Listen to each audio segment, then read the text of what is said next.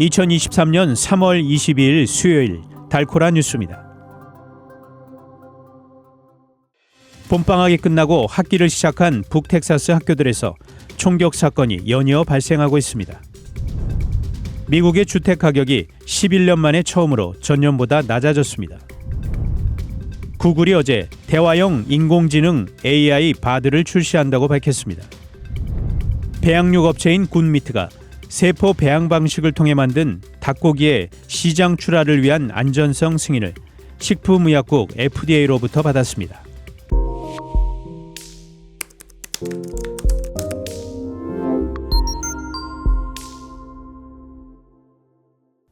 봄방학이 끝나고 학기를 시작한 북텍사스 학교들에서 총격 사건이 연이어 발생하고 있습니다.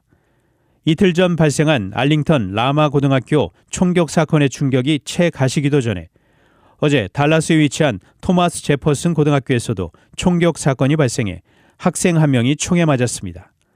달라스 교육부의 로빈 해리스 대변인은 이번 총격 사건은 학교 주차장에서 발생했으며 학생 한 명이 팔에 총을 맞은 후 병원으로 이송됐다고 밝혔습니다.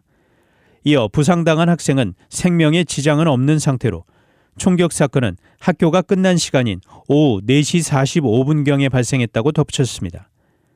경찰은 이번 사건에 대한 조사에 들어간 가운데 총격을 당한 학생의 신원은 공개되지 않았으며 사건 동기와 용의자가 특정됐는지도 확인되지 않았습니다. 해리스 대변인은 총격 용의자가 다른 학생인지는 확인되지 않았다고만 밝히며 부상을 입은 학생은 완전히 회복될 것으로 예상된다고 전했습니다. 미국의 주택 가격이 11년 만에 처음으로 전년보다 낮아졌습니다. 연방준비제도의 금리 인상으로 주택시장이 얼어붙었기 때문입니다.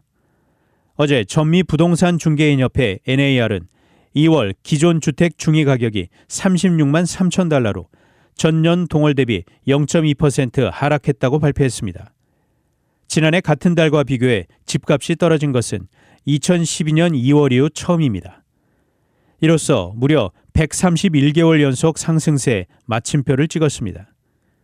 팬데믹 기간에 급등했던 집값은 지난해 6월 41만 3,800달러로 정점을 찍었습니다. 월스트리트저널은 주택은 금리에 가장 민감한 경제 지표 중 하나라며 그간 주택 가격은 인플레이션의 주된 원인으로 꼽혀왔다고 전했습니다. 다만 전월 36만 1,200달러에 비해서는 집값이 소폭 올랐습니다. 구글이 어제 대화형 인공지능 AI 바드를 출시한다고 밝혔습니다. 바드는 사람처럼 묻고 답하며 전 세계적으로 인기를 끌고 있는 챗 GPT의 대항마입니다. 구글은 블로그를 통해 미국과 영국에서 일부 이용자들을 대상으로 바드를 오픈한다고 밝혔습니다. 지난달 6일 바드 출시를 예고한 지 한 달 반 만입니다. 구글은 이 지역에 제한된 이용자들에게 구글 계정 로그인을 통해 바드를 이용할 수 있도록 하고 피드백을 받는다고 설명했습니다. 다만 구글은 대화가 길어지면 대화형 AI가 제어가 안 되는 답을 내놓은 것과 관련해 보호장치를 마련하고 있다며 대화 횟수를 제한할 것이라고 말했습니다. 이에 구글도 바드를 오픈함에 따라 마이크로소프트와 AI 챗봇 경쟁이 본격화할 전망입니다. 구글은 검색 서비스 외에 유튜브에도 AI 기능을 탑재하는 등 모든 주요 제품에 생성형 AI를 탑재할 예정입니다.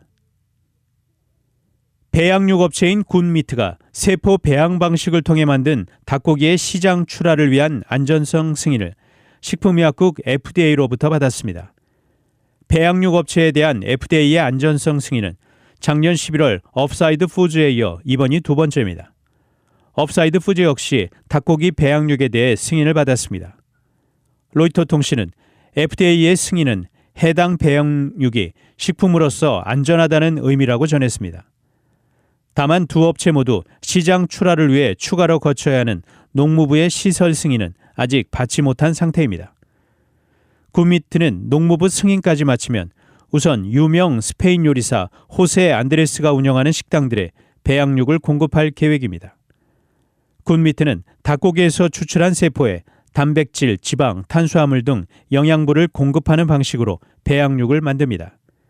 배양육 업계 전문가들은 배양육이 가축에서 발생하는 온실가스의 14.5%를 줄일 수 있어 환경적인 이점이 크다고 강조했습니다. 단신 뉴스입니다. 검찰이 위례 신도시 대장동 개발 특혜와 성남FC 후원금 의혹으로 더불어민주당 이재명 대표를 재판에 넘겼습니다.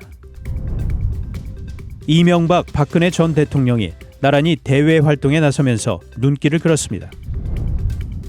국제통화기금 IMF가 우크라이나에 156억 달러 규모의 대출을 제공합니다.